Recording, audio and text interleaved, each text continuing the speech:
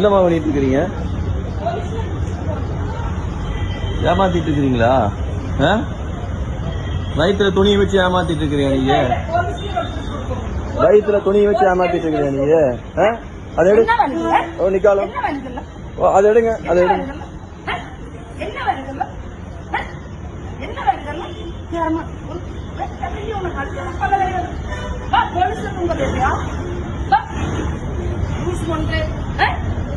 என்ன பண்ற வேலை அப்படி ஏமாத்தியா இந்த வயசுக்குள்ள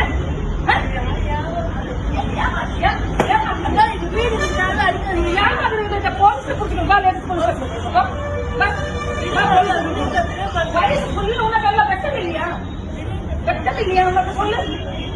நேற்று கடையில எத்தனை பேர் வந்தாங்க, 10 ரூபா கொடுக்குறாங்க.